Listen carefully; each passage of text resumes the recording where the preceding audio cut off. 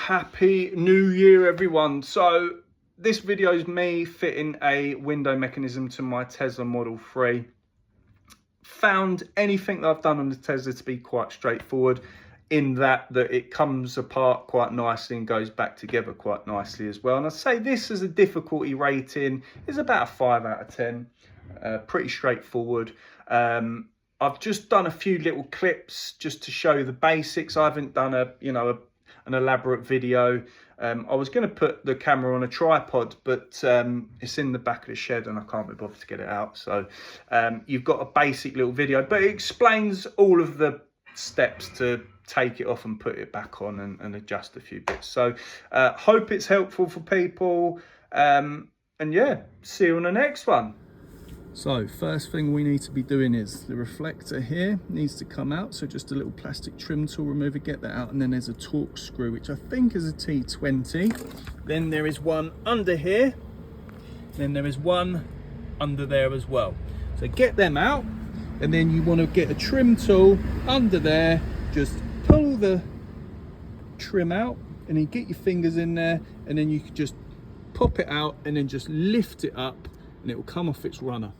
Now we're at this point, we need to be thinking about taking these screws off around here, around the speaker, and then once that's off, you can take these screws off for the motor, or you can do it now. And I need to take this trim off here, just pops up, so I can get the window out. But what I have to do is get access to the bolts for the window. So there's one there, and then there's one just through there. But you can get access to that through here once you've taken that bit off. And also leave the wires connected for now here, because you're going to need to use the buttons for the window to just get it in place just right, so you can get your socket in there to get out. It's a 13mm bolt for the windows, and these ones around here are 8mm bolts all the way around. So there's various silver screws around the outside of that. Take that off, and then this motor actually goes inside of there. There's 5 black screws that come off there, and then I've lowered the window this time to get access to the bolts. There's one there and one there, and then I'll show you oh look, that's what's happened to the mechanism. So all the wires frayed. It just snapped as I was putting it down actually, so that's pretty lucky that I never actually put it down. And then there's the second hand one going on. Now the 10mm bolts are removed for the framework of the window. The windows come out, and all you have to do now is unplug this lead here. All I would say is be careful with this bolt and this bolt, because it fell down into this little gap and currently it's sitting here, so I'm gonna have to get that out in a minute. I'll fish that out with a little hook or something, but yeah, just disconnect this, and then this whole mechanism will come out like this, and then you can get the other one in. New mechanism and framework is in. You just have to put it back in its holes, bolt that back up. But what I did do is I just quickly connected the motor just to make sure it works before I put it all back together, and it does, so that's good. Some cars, when you fit new parts, like a new motor from a different vehicle, you have to have it all coded in, but luckily on Tesla you don't, which is good news. So now the mechanism is bolted in, I've just attached the motor, because what I need to do is just put the window back in from the top, get it on its runner, and then line it up so I can get to the bolts. And I think what I'm going to do is, as you know with a Tesla, when you open the door, the window drops. So what I'm going to do is I'm going to put this panel back on, put the window in onto its runners, which are at the top just behind here and here, and then close the door, and then the window will line up with these 2 holes. I will show you in a second, and I'll get it bolted up, and it's just a case of putting the trim back on. But be mindful, because the door card is sort of hanging on the floor, so I've just put some bubble wrap underneath it to protect it.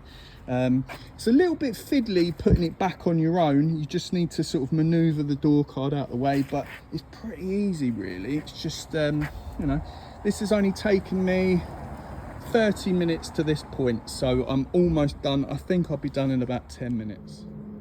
So slid the glass back in, put that top trim back in so it stays in line.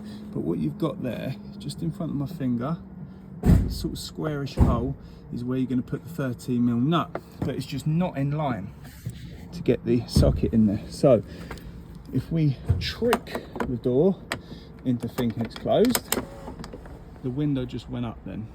So now we can get to that and put the 13mm bolt in there and also there. So bolts are in, window works, and then obviously it doesn't go all the way up until you close the door, but that's good success. I'm just going to put the door card on and it's all done. And finally, actually, I forgot to put these rubber grommets back in. There and there. Just got to put that one back. But yeah, remember those guys, because I forgot. So all back on. Little reflector on there. The Torx bits under there and there are all back in. So the moment of truth is, window goes up, window goes down. And I just want to check the alignment, because I did check it before I put it back on. I just want to make sure it's all the same. So let's have a little quick look when the door's closed. Yep. So gaps, all good. Same as the back, all lines up nicely. Very happy with that, very happy. So that took about 45 minutes in total, and that's with stopping to do the filming as well. So overall, good job.